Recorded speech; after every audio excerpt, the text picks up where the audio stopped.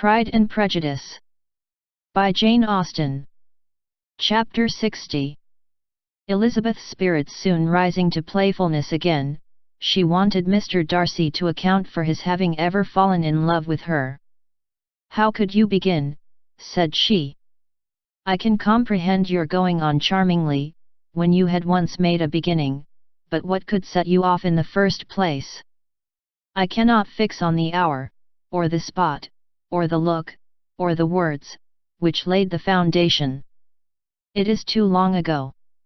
I was in the middle before I knew that I had begun. My beauty you had early withstood, and as for my manners, my behavior to you was at least always bordering on the uncivil, and I never spoke to you without rather wishing to give you pain than not.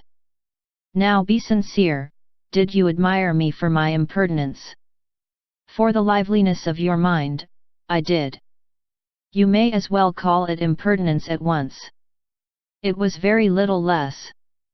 The fact is, that you were sick of civility, of deference, of officious attention. You were disgusted with the women who were always speaking and looking and thinking for your approbation alone. I roused and interested you, because I was so unlike them. Had you not been really amiable, you would have hated me for it, but in spite of the pains you took to disguise yourself, your feelings were always noble and just, and in your heart, you thoroughly despised the persons who so assiduously courted you. There I have saved you the trouble of accounting for it, and really, all things considered, I begin to think it perfectly reasonable. To be sure, you knew no actual good of me, but nobody thinks of that when they fall in love. Was there no good in your affectionate behavior to Jane while she was ill at Netherfield? Dearest Jane, who could have done less for her? But make a virtue of it by all means. My good qualities are under your protection, and you are to exaggerate them as much as possible, and, in return, it belongs to me to find occasions for teasing and quarrelling with you as often as may be, and I shall begin directly by asking you what made you so unwilling to come to the point at last. What made you so shy of me, when you first called, and afterwards dined here? Why, especially, when you called, did you look as if you did not care about me? Because you were grave and silent, and gave me no encouragement. But I was embarrassed. And so was I. You might have talked to me more when you came to dinner. A man who had felt less, might. How unlucky that you should have a reasonable answer to give, and that I should be so reasonable as to admit it. But I wonder how long you would have gone on, if you had been left to yourself. I wonder when you would have spoken, if I had not asked you. My resolution of thanking you for your kindness to Lydia had certainly great effect. Too much, I am afraid, for what becomes of the moral, if our comfort springs from a breach of promise? For I ought not to have mentioned the subject. This will never do. You need not distress yourself. The moral will be perfectly fair. Lady Catherine's unjustifiable endeavours to separate us were the means of removing all my doubts. I am not indebted for my present happiness to your eager desire of expressing your gratitude. I was not in a humour to wait for any opening of yours. My aunt's intelligence had given me hope, and I was determined at once to know everything. Lady Catherine has been of infinite use, which ought to make her happy, for she loves to be of use. But tell me, what did you come down to Netherfield for? Was it merely to ride to Longbourn and be embarrassed? Or had you intended any more serious consequence? My real purpose was to see you, and to judge, if I could, whether I might ever hope to make you love me. My avowed one, or what I avowed to myself, was to see whether your sister were still partial to Bingley, and if she were, to make the confession to him which I have since made. Shall you ever have courage to announce to Lady Catherine what is to befall her? I am more likely to want more time than courage, Elizabeth. But it ought to be done, and if you will give me a sheet of paper, it shall be done directly. And if I had not a letter to write myself, I might sit by you and admire the evenness of your writing, as another young lady once did. But I have an aunt, too, who must not be longer neglected." From an unwillingness to confess how much her intimacy with Mr. Darcy had been overrated, Elizabeth had never yet answered Mrs. Gardiner's long letter, but now, having that to communicate which she knew would be most welcome, she was almost ashamed to find that her uncle and aunt had already lost 3 days of happiness, and immediately wrote as follows: "I would have thanked you before, my dear aunt, as I ought to have done, for your long, kind, satisfactory detail of particulars, but to say the truth, I was too cross to write. You supposed more than really existed.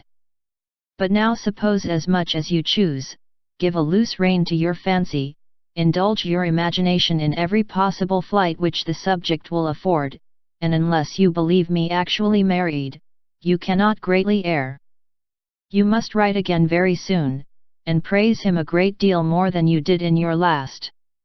I thank you, again and again, for not going to the lakes. How could I be so silly as to wish it? Your idea of the ponies is delightful. We will go round the park every day. I am the happiest creature in the world. Perhaps other people have said so before, but not one with such justice. I am happier even than Jane. She only smiles, I laugh. Mr. Darcy sends you all the love in the world that he can spare from me. You are all to come to Pemberley at Christmas. Yours, etc." Mr. Darcy's letter to Lady Catherine was in a different style, and still different from either was what Mr. Bennet sent to Mr. Collins, in reply to his last. "Dear Sir, I must trouble you once more for congratulations. Elizabeth will soon be the wife of Mr. Darcy. Console Lady Catherine as well as you can. But, if I were you, I would stand by the nephew. He has more to give. Yours sincerely, etc." Miss Bingley's congratulations to her brother, on his approaching marriage, were all that was affectionate and insincere.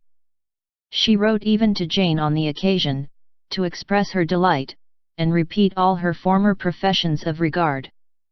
Jane was not deceived, but she was affected, and though feeling no reliance on her, could not help writing her a much kinder answer than she knew was deserved.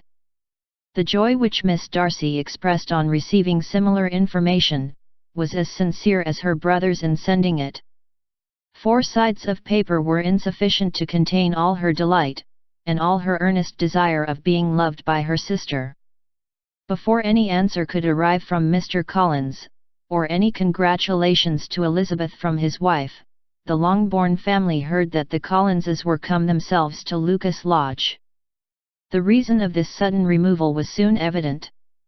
Lady Catherine had been rendered so exceedingly angry by the contents of her nephew's letter, that Charlotte, really rejoicing in the match, was anxious to get away till the storm was blown over. At such a moment, the arrival of her friend was a sincere pleasure to Elizabeth, though in the course of their meetings she must sometimes think the pleasure dearly bought, when she saw Mr. Darcy exposed to all the parading and obsequious civility of her husband.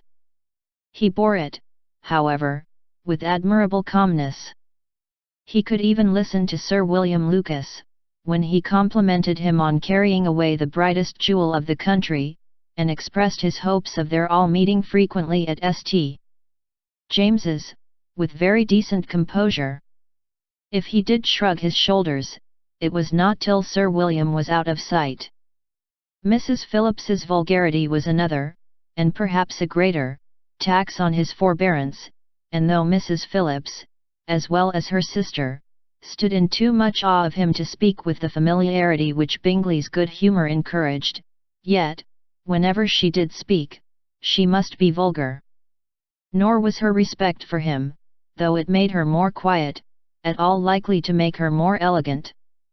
Elizabeth did all she could to shield him from the frequent notice of either, and was ever anxious to keep him to herself, and to those of her family with whom he might converse without mortification, and though the uncomfortable feelings arising from all this took from the season of courtship much of its pleasure, it added to the hope of the future, and she looked forward with delight to the time when they should be removed from society so little pleasing to either, to all the comfort and elegance of their family party at Pemberley.